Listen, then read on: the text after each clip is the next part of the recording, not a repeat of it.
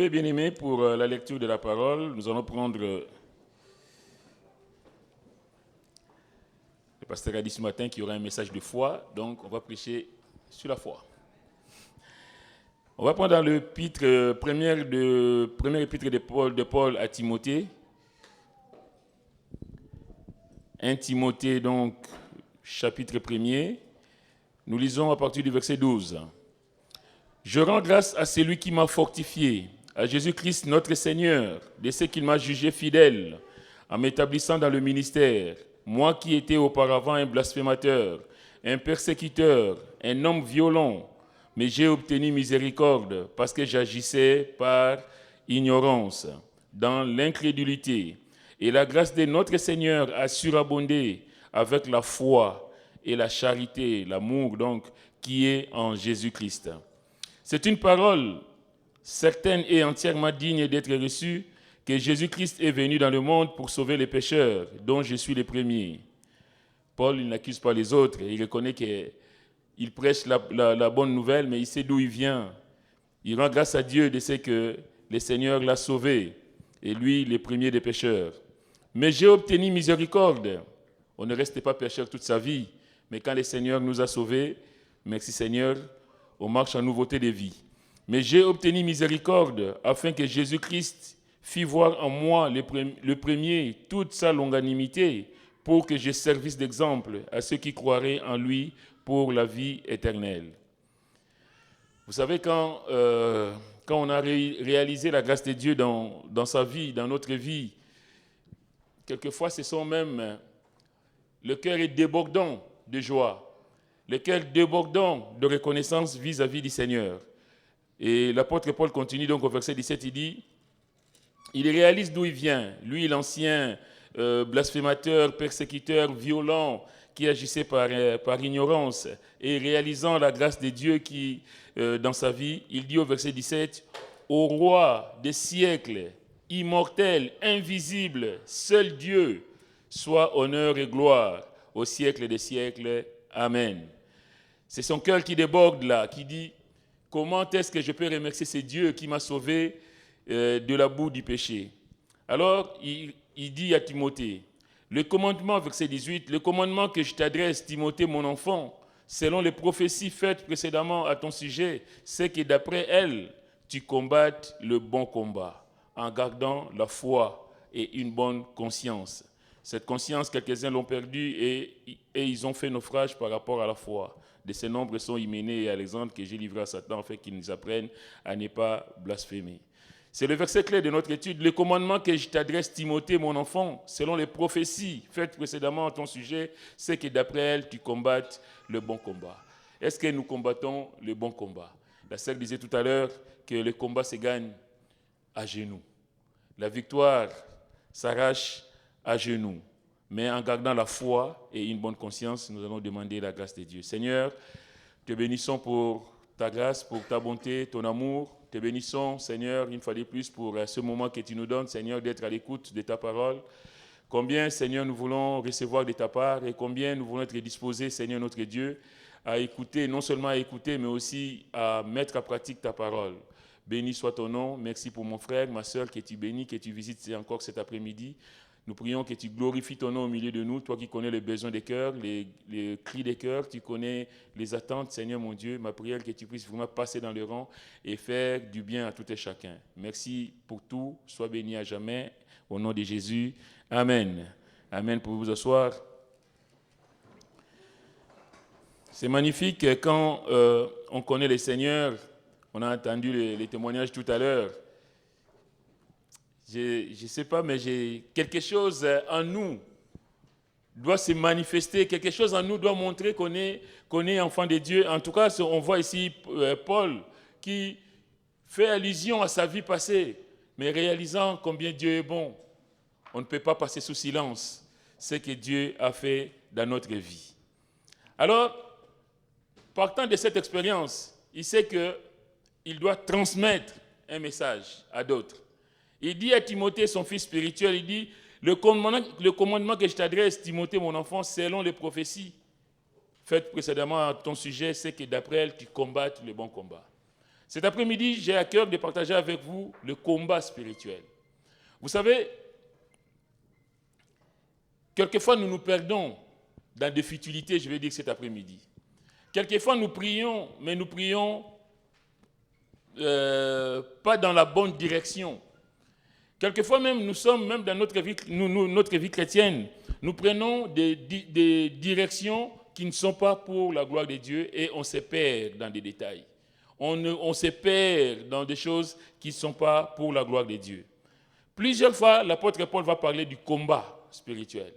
Il va parler de ce que la vie n'est pas facile et encore moins la vie chrétienne n'est pas facile parce qu'étant chrétiens, nous sommes confrontés à des situations et pour lesquelles nous devons combattre. Mais dans notre combat, nous savons que nous ne sommes pas seuls. Nous savons que lui, il a déjà vaincu pour nous. Alléluia. Mais nous avons la foi de nous mettre à genoux et de crier au Seigneur afin que la victoire se manifeste. Il dit aussi dans 1 Timothée 6, verset 12, il dit toujours à Timothée, « Combat le bon combat de la foi, saisis la vie éternelle à laquelle tu as été appelé. » Combat le bon combat de la foi. Cet après-midi, la question que je peux poser, c'est de savoir quel genre de combat nous menons. Quelquefois, je disais ce matin, on est dans l'inimitié entre nous, entre frères. On perd notre temps à s'invectiver sur des choses qui ne sont pas qui sont, je vais dire, inutiles. Plutôt que de s'attaquer à l'ennemi, plutôt que de prier pour le salut des âmes, plutôt que de prier pour nos familles, l'ennemi nous trouble et puis on va dans tous les sens et on ne fait pas la volonté de Dieu. En tout cas, la vie de l'apôtre Paul a été une vie consacrée pour la gloire du Seigneur. C'est la raison pour laquelle il dira dans 2 Timothée, chapitre 4, à la fin de sa vie, il dira « J'ai combattu le bon combat, j'ai achevé la course, j'ai gardé la foi. » Je ne me suis pas perdu dans les détails, je ne suis pas allé dans tous les sens, mais j'ai regardé la ligne et j'ai combattu dans le sens où je devrais combattre. J'ai combattu le bon combat. Plusieurs fois, il reprend ces termes, le bon combat. Et la question, c'est comme je dis tout à l'heure, quel genre de combat menons-nous? Alors, si l'homme de Dieu parle de bon combat, c'est qu'il y en a de faux. Il y a de mauvais combats. Il y a des combats vains, stériles. Vous savez, la Bible parle aussi de la lutte que nous avons à mener contre les esprits méchants dans le lieu céleste. Il y a toutes sortes d'esprits. Les diables nous attaquent de partout. Mais si nous ne sommes pas fondés en Christ, bien-aimés, on risque de passer à côté et de mener des combats qui ne sont pas pour la gloire de Dieu. Les combats des chrétiens ne doivent pas se situer dans leur imaginaire. Quelquefois, on a des combats imaginaires. Oui, mais pourquoi la sœur me regarde comme ça tout le temps? Seigneur, au nom de Jésus. La sœur te regarde tout le temps et puis tu dis au nom de Jésus. Ça, tu perds ton énergie. L'ennemi rigole. Il y a une mouche qui passe dans la maison. Au nom de Jésus, au nom de Jésus.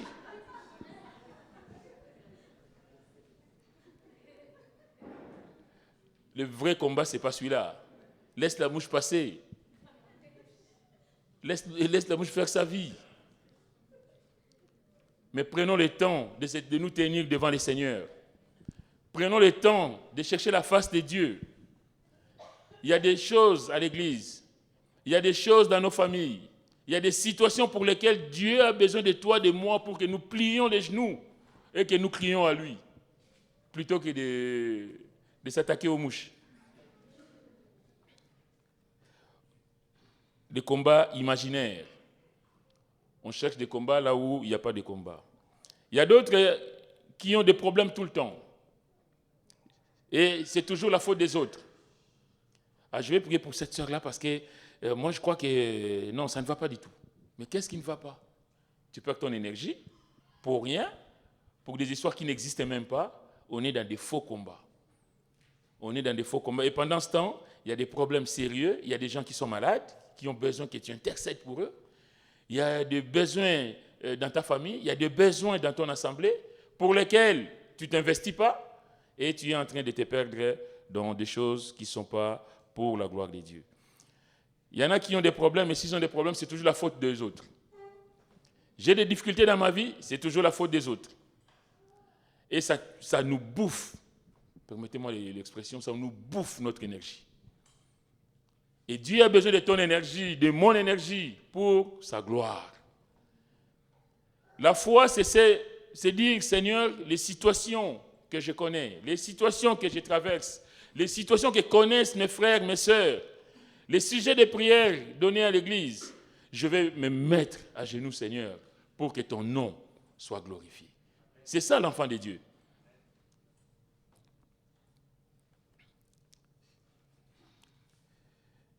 Il est vrai qu'il y a des gens qui souffrent à cause des autres. Oui, ça arrive. Mais il y a beaucoup qui souffrent, qui ont des difficultés parce qu'ils n'ont pas écouté le message de Dieu. Ils n'ont pas mis en pratique la parole de Dieu et ça crée des problèmes.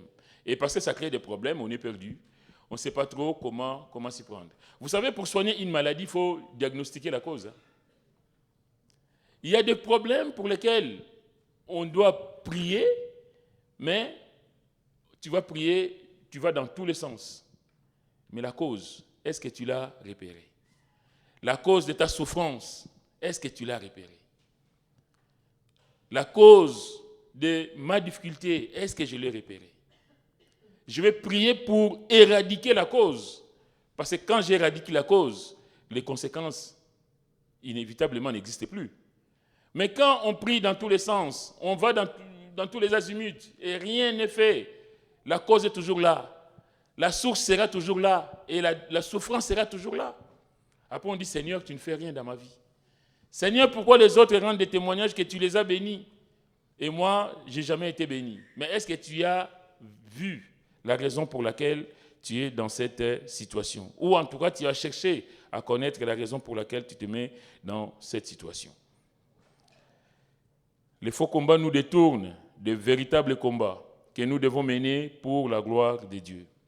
Vous savez, quand on cherche déjà la gloire personnelle, il y en a qui, quand on prie, Seigneur, donne-moi. Moi, je vais être. Moi, je veux. Quand on est dans moi, je veux et que Dieu ne veut pas, c'est vrai qu'après, on n'a rien du tout et on est déçu. On cherche la gloire personnelle. On cherche à valoriser la chair. On prie dans le sens où on veut être vu des autres. On ne prie pas dans le sens où que tu veux que ce soit le Seigneur qui soit glorifié. Malheureusement. Et la foi, la Bible nous dit que la foi vient de ce qu'on entend et ce qu'on entend vient de la parole de Christ. La foi, c'est ce que Seigneur, tu as dit dans ta parole. Tu as fait des promesses dans ta parole. Et moi, je vais m'appuyer sur cette parole pour aller de l'avant. Je vais m'appuyer sur cette parole pour demander des choses, mais pour la gloire de Dieu. Si Dieu me bénit, que Dieu ne me bénisse pas moi en tant qu'individu et que je me pavane devant les autres, disant voilà ce que Dieu a fait, voilà ce que je suis. Mais je veux que quand j'adresse à Dieu ma prière, et que Seigneur, que ton nom soit béni. Seigneur, que ton nom soit glorifié. Au travers de ce que tu vas me répondre, au travers de ce que tu vas agir, tu vas faire dans ma vie, Seigneur, que les autres soient édifiés. Ma prière doit aller dans le vrai combat, c'est ça. Je prie dans le sens où que ce soit le Seigneur qui en récolte le bénéfice. La foi doit être quelque chose de pur, une foi véritable, conforme à la saine doctrine. Je ne prie pas, comme je disais tout à l'heure, pour faire des choses, le m'as-tu vu et tout ça. Mais Seigneur, je veux que tu sois béni et glorifié dans ma vie. La foi a pour objet Jésus-Christ. Seigneur, ma foi, je la fonde sur toi. Ce que je demande par rapport à toi. Et le résultat, Seigneur, sera pour ta gloire. Ce n'est pas pour moi. On va prendre un texte, toujours dans les épîtres de Paul. On va prendre dans Philippiens chapitre 1er.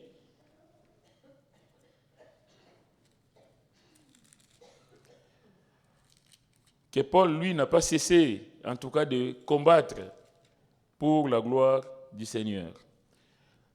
Philippiens chapitre 1er, verset, on va prendre à partir du verset 27. Alors, Paul est partagé. Il dit au verset 21 que Christ est ma vie, la mort m'est un gain. L'homme de Dieu est tiraillé de toutes parts. Il veut aller être avec Christ, mais il sait que l'Église a aussi besoin de lui. Et il dit au verset 27, « Seulement conduisez-vous d'une manière digne de l'évangile de Christ, afin que soit que je vienne vous voir, soit que je reste absent, que j'entende dire de vous que vous demeurez ferme dans un même esprit, combattant d'une même âme pour la foi de l'évangile. » L'Église doit être cette Église combattante pour la gloire de Dieu, pour la foi de l'Évangile, pour que le nom du Seigneur soit glorifié. Il dit, au verset 28, « Sans vous laisser aucunement effrayer par les adversaires. » L'ennemi sera toujours là pour nous effrayer, pour nous distraire. Mais nous devons voir.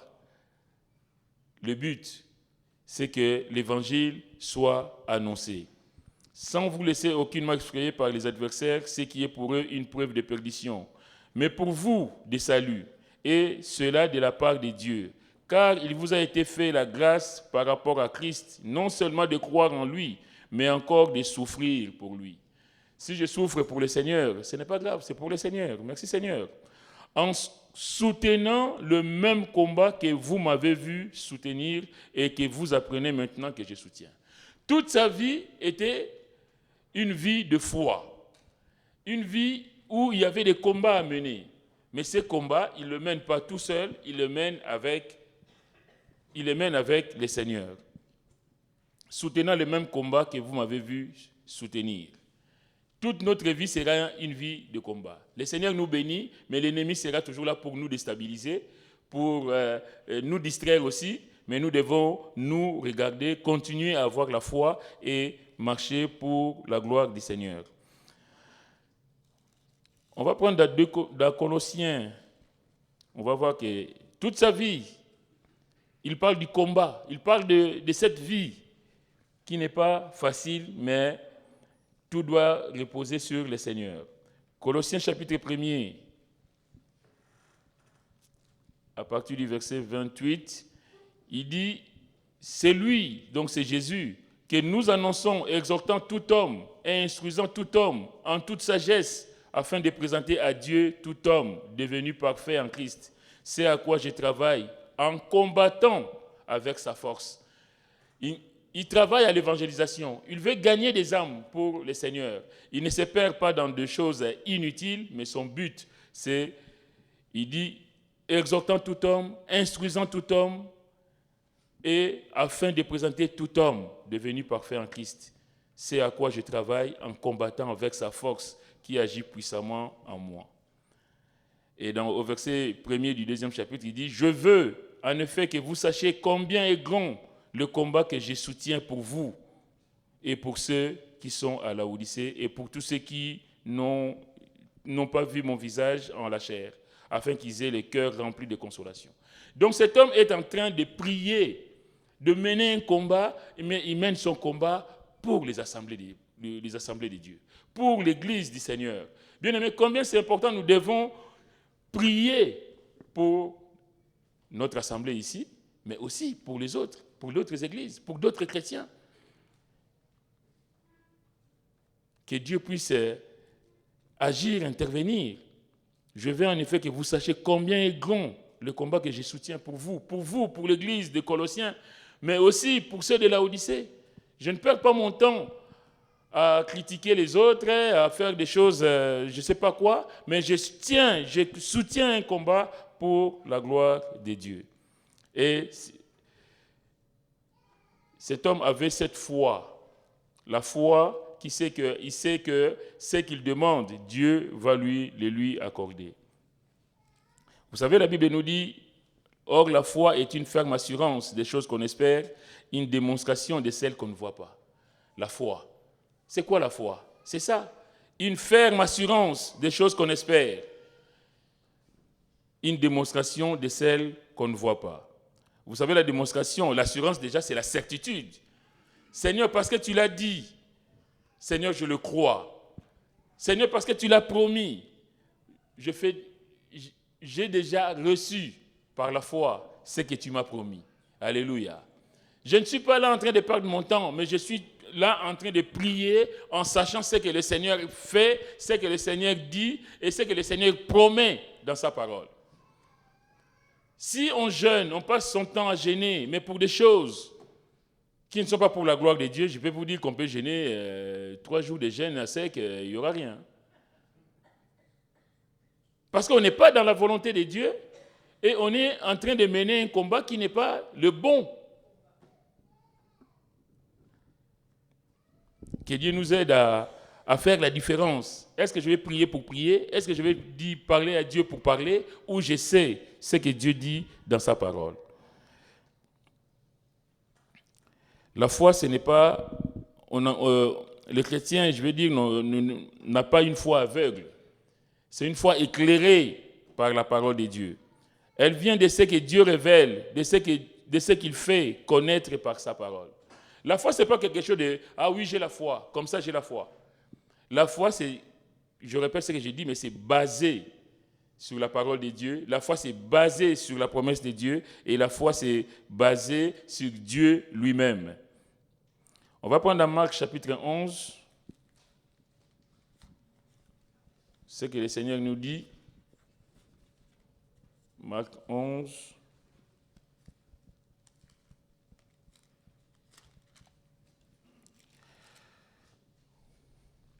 C'est l'histoire du figuier que le Seigneur a maudit. Vous savez, ces figuiers qui avaient plein de feuilles et puis et aucun fruit.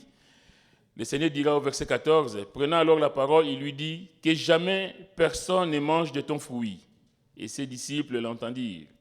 Au verset 20, le matin en passant, les disciples virent le figuier séché jusqu'aux racines. Pierre, se rappelant ce qui s'était passé, dit à Jésus, Rabbi, regarde le figuier que tu as maudit, a séché. Jésus prit la parole et leur dit, ayez foi en Dieu. Littéralement, c'est ayez la foi de Dieu. Cette foi que Dieu lui-même met sur ton cœur, cette foi que Dieu donne. Je vous le dis en vérité, si quelqu'un dit à cette montagne, ôte-toi de là et jette-toi dans la mer, et s'il ne doute point en son cœur, mais croit que ce qu'il dit arrive, il le verra s'accomplir. La vraie foi. Ce n'est pas des mots en l'air, ce n'est pas, ce n'est pas une sorte d'aventure. On se jette on va à l'aventure, on fait des choses n'importe comment, mais la foi de Dieu, Seigneur, je fonde ma foi sur ce que toi tu dis. Si quelqu'un dit à cette montagne, ôte-toi de là, jette-toi dans la mer, s'il ne doute point. La foi exclut le doute. Parce que j'ai l'assurance que ce que Dieu dit, il le fait. Amen. C'est pourquoi je vous dis, verset 24, tout ce que vous demanderez en priant, croyez que vous l'avez reçu et vous le verrez s'accomplir. Tout ce que je demande au nom du Seigneur, Seigneur, je sais que je suis en accord avec toi, en accord avec ta parole, je sais que ce que je te demande, je le verrai s'accomplir. Et verset 25, et lorsque vous êtes debout faisant votre prière, si vous avez quelque chose contre quelqu'un, pardonnez afin que votre Père qui est dans les cieux vous pardonne aussi vos offenses. Quelquefois, nous ne recevons pas ce que nous demandons parce que sur notre cœur, notre vie n'est pas en règle avec Dieu. Je demande des choses à Dieu, mais j'ai la haine dans mon cœur. J'ai de la rancœur dans mon cœur. Je refuse de pardonner. Mais je suis en train de demander, Seigneur, donne-moi, donne-moi. Et la Bible me dit que lorsque vous êtes debout faisant votre prière, si vous avez quelque chose contre quelqu'un, pardonnez, afin que votre Père qui est dans les cieux vous pardonne aussi vos offenses. Mais si vous ne pardonnez pas, votre Père qui est dans les cieux ne vous pardonnera pas non plus vos offenses. Ne nous perdons pas dans des choses inutiles, mais mettons Dieu au cœur de nos prières, au cœur de notre vie. On va prendre la vie d'Abraham dans Romains chapitre 4. Nous connaissons l'histoire d'Abraham. La Bible dit au verset 18, Romains 4, 18, « Espérant contre toute espérance, il crut. » Qu'il y crut, on va dire, pour faire un petit jeu de mots. qu'il y a presque 100 ans, cet homme pourrait avoir un enfant.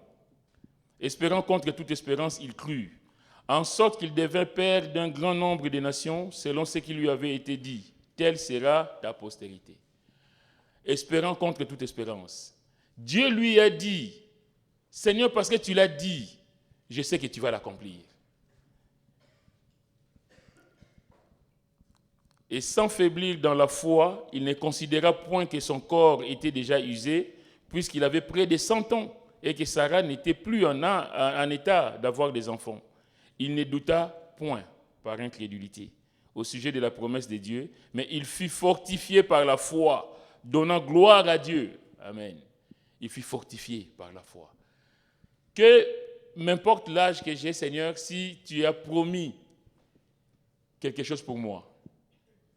Je ne vais pas dire, Seigneur, mais non, j'ai déjà un certain âge. Non, Dieu promet des choses, et parce que Dieu sait que c'est important pour toi, Dieu va le faire. Et moi, je ne doute pas. Et Abraham, là, il n'a pas douté. Il fut fortifié par la foi, donnant gloire à Dieu. Verset 21, et ayant la pleine conviction que ce qu'il promet, il peut aussi l'accomplir. Dieu t'a promis, et Abraham, le père de la foi, la Bible dit, ayant la pleine conviction. Seigneur, je sais que je me mets à genoux devant toi. Seigneur, je sais que tu m'as promis des choses et je sais que tu vas le réaliser. J'ai la pleine conviction, comme Abraham, que ce que tu promets, tu es aussi capable de l'accomplir. Et c'est pourquoi cela lui fut imputé à justice. Alléluia. Et la Bible continue, mais ce n'est pas à cause de lui seul qu'il est écrit que cela lui fut imputé. C'est encore à cause de nous. La promesse d'Abraham, la foi d'Abraham est encore présente pour nous aujourd'hui. Nous pouvons avoir la même foi et répondre aussi de la même façon sans douter. C'est encore à cause de nous à qui cela sera imputé, à nous qui croyons en celui qui a ressuscité des morts, Jésus notre Seigneur, lequel a été livré pour nos offenses et est ressuscité pour notre justification. Merci Seigneur. Alléluia. La foi.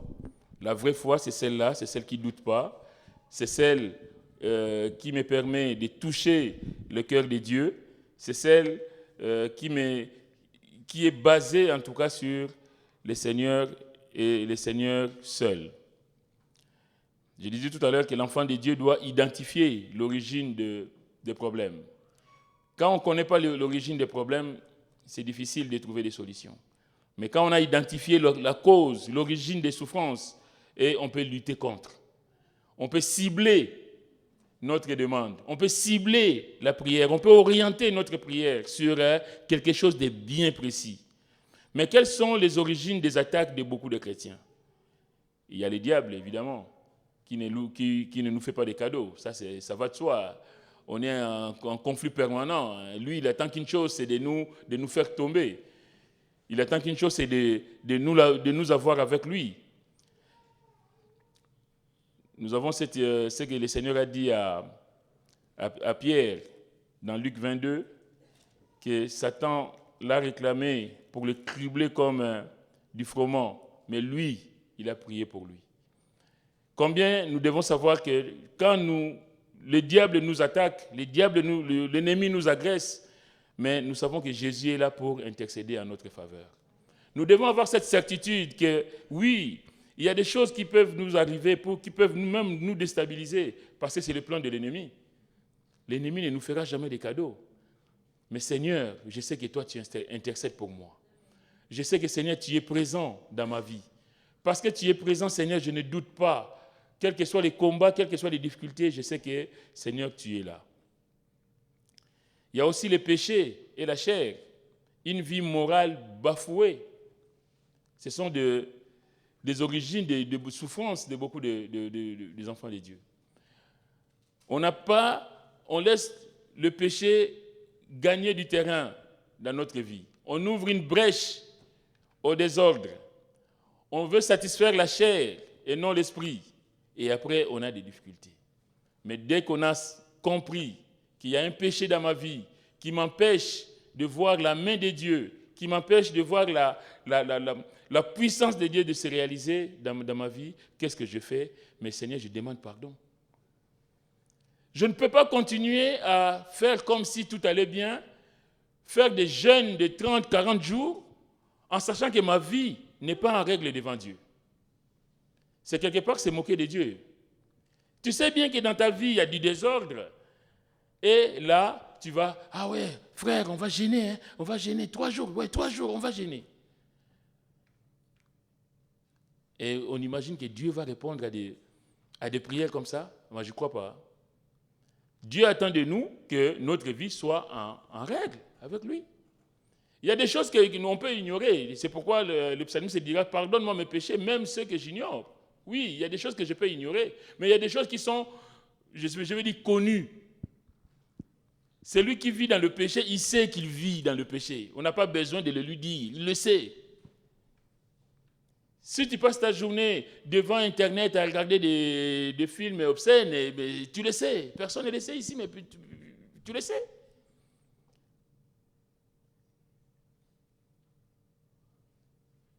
Si ma vie n'est pas en règle avec Dieu, mais il n'y a que moi et le Seigneur qui le savons.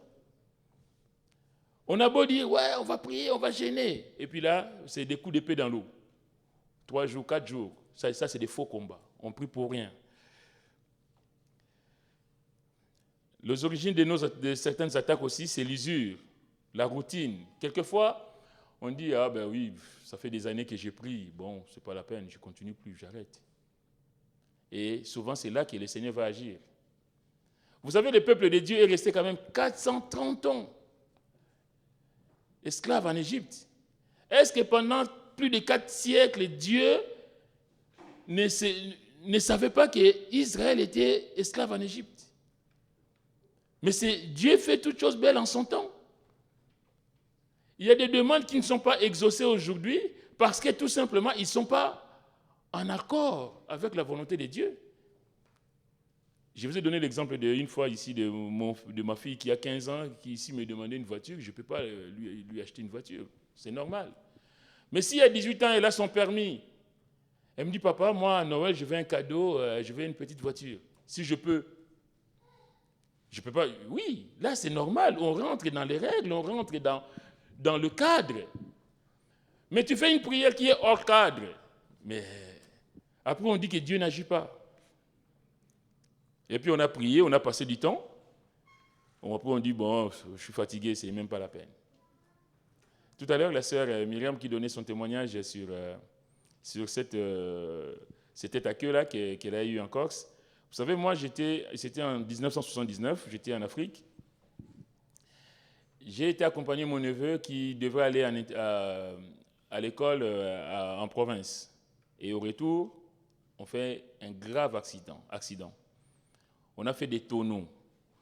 On était sur la route et il y avait des ravins de part et d'autre. Et bon, on est en Afrique, hein, on n'était pas dans un car climatisé. On était dans une sorte de camion. Et moi, j'étais tout en haut. Et là, je vois que le chauffeur est sorti de la route. Évidemment, de part et d'autre, il y a des ravins. Qu'est-ce qu'on fait? On a plongé. La tête du camion est rentrée dans le ravin et j'étais dedans. Je peux vous dire que, comme la sœur, quand elle donnait son témoignage, j'ai dit, mais c'est pareil. Je ne connaissais pas le Seigneur, mais je sais une chose, je disais, Seigneur Jésus. Seigneur Jésus. 3 fois, j'ai dit Seigneur Jésus. Et il y avait un pasteur qui est passé à l'église, et quand on était au 105, c'était un Américain qui disait, lui, il mettait un badge sur sa veste, où il était marqué, je ne sais pas si le pasteur se souvient, si tu savais. Il mettait, il mettait un badge comme ça, c'est marqué si tu savais. Et les gens lui demandaient, c'est quoi, ça veut dire quoi si tu savais? En fait, la suite, c'est si tu savais ce que le Seigneur a fait dans ma vie. Et il nous disait que c'est comme ça qu'on peut rendre témoignage. Et ce jour-là, je sais que j'ai rendu ce témoignage-là, parce que moi, c'est vrai qu'il y a des choses qu'on ne se souvient plus, parce que le temps a passé. Mais quand je pense à cet accident, je peux vous dire que j'en ai encore les larmes aux yeux. Le camion a fait des tonneaux. On est dans un ravin, c'est dans une zone montagneuse. Et les camions faisaient des... Je sentais même comment on se tapait les uns les autres dans les camions. Et j'entends un moment, boum, boum. En fait, il est allé cogner sur un arbre et le camion s'est arrêté. Et je me souviens, mais je suis sorti, j'ai commencé à gravir la pente, jusque sur la route. Il y a eu des morts. Mais je me souviens que je disais, Seigneur Jésus, Seigneur Jésus, Seigneur Jésus. Vous savez, Dieu nous connaît même depuis le sein de nos mamans, quoi. Hein? C'est pourquoi il dira à Jérémie, dès le sein maternel, j'étais appelé, j'étais consacré. Dieu nous connaît. Dieu savait que ce jour-là, ce n'était pas mon jour. Amen. Il savait que celui-là, j'ai besoin de lui.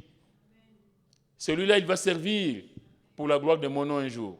Et je ne connaissais pas le Seigneur. Mais comme ça, je disais Seigneur Jésus, Seigneur Jésus. Et je sais que la main du Seigneur était là pour me sortir de cette situation. Et merci Seigneur. Comme quoi, on ne peut pas oublier ce que le Seigneur a fait dans nos vies. Et quelquefois, si vous voyez les gens, enfin, comme l'apôtre Paul qui déverse un peu son âme pour l'amour du Seigneur, c'est parce qu'il s'est passé des choses dans sa vie. Quand on a compris ce que Dieu a fait dans ta vie, ah là non, on ne peut pas faire autrement. L'usure, le temps, la routine, le temps a passé, et puis on dit, bon, c'est pas grave. Et même on va commencer à faire des choses en se disant que oh, Dieu pardonne, ou Dieu, et puis on oublie. Et c'est là le commencement des souffrances. D'autres origines aussi, c'est le manque de vie spirituelle. On abandonne tout. L'homme qui quitte Jérusalem, qui va à Jéricho. On oublie Dieu et puis on fait sa vie comme si de rien n'était. Et ça aussi, ça peut nous créer des souffrances. On est peut-être à l'église aussi, mais on n'a plus aucune intimité avec Dieu. On a beau gêner, prier, et puis on dit Dieu, le Seigneur, je ne te vois pas à l'œuvre. Mais le Seigneur n'est pas là parce que tu n'as plus cette communion avec lui. Évidemment, il y a aussi la souffrance. Quand la souffrance bat son plein et qu'on a des problèmes de toutes parts, on dit Seigneur, mais je ne te vois pas. Je ne vois même pas pourquoi je vais prier. Seigneur, mais moi j'ai des problèmes à gauche, à droite, et je ne sais pas comment je vais m'en sortir. Mais quelle que soit la souffrance, bien-aimés, nous devons rester fidèles au Seigneur. Quels que soient les problèmes, moi, Seigneur, je vais mener le bon combat. Je ne vais pas être là en train de me perdre dans des choses qui ne sont pas pour ta gloire. Nous allons prendre un exemple, c'est Joseph. On va aller dans Genèse 49.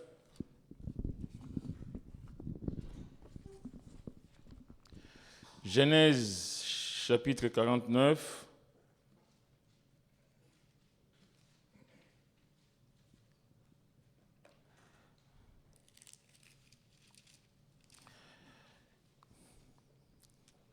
C'est la bénédiction de Jacob pour ses enfants. Et au verset 22, il dit de Joseph, Joseph est le rejeton d'un arbre fertile, le rejeton d'un arbre fertile près d'une source. Les branches s'élèvent au-dessus de la muraille. Ils l'ont provoqué, ils ont lancé des traits. Les archers l'ont poursuivi de leur haine, mais son arc est demeuré ferme. Et ses mains ont été fortifiées par les mains du puissant de Jacob. Il est ainsi devenu le berger, les rochers d'Israël. La muraille, ici, la muraille, c'est ce qui enferme. Joseph est comme encerclé. Et il a vécu des situations, on va dire des situations étouffantes. Il était bloqué, arrêté, on va dire. La muraille est l'image des peines et des afflictions de Joseph. Nous connaissons l'histoire de Joseph. Qu'est-ce qu'elle n'a pas connu, cet homme? Joseph a subi le rejet de ses frères, l'accusation mensongère de la femme de Potiphar, mis en prison, mais il est resté ferme. Cet homme n'a pas maudit Dieu, mais il est resté attaché au Seigneur, à son Dieu. Et là, son père qui va partir, donc il est en train de bénir ses enfants, il dit, le rejeton d'un arbre fertile près d'une source, les branches s'élèvent au-dessus de la muraille.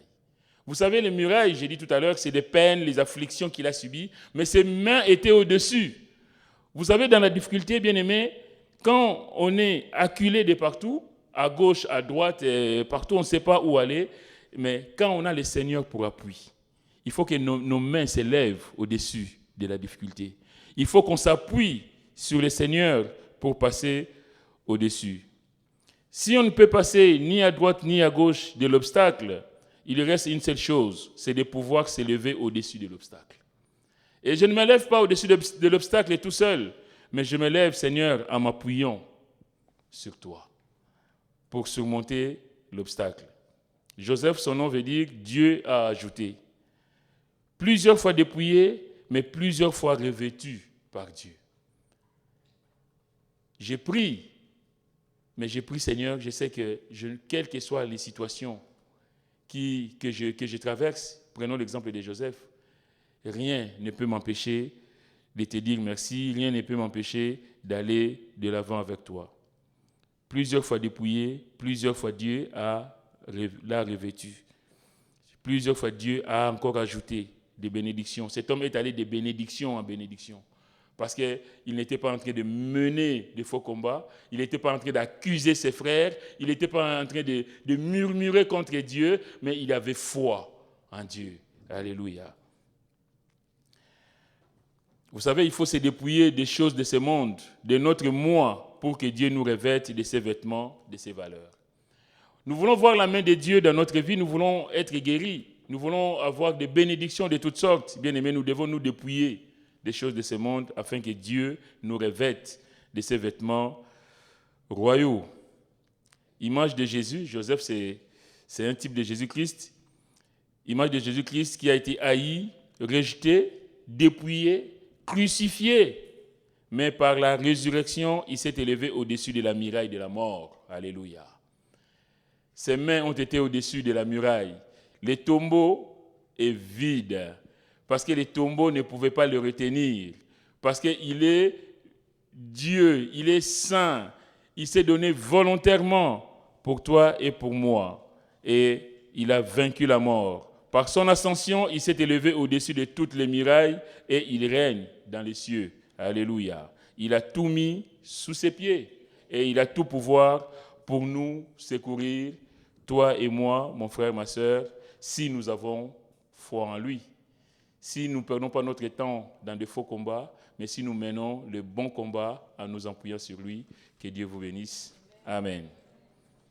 Pasteur.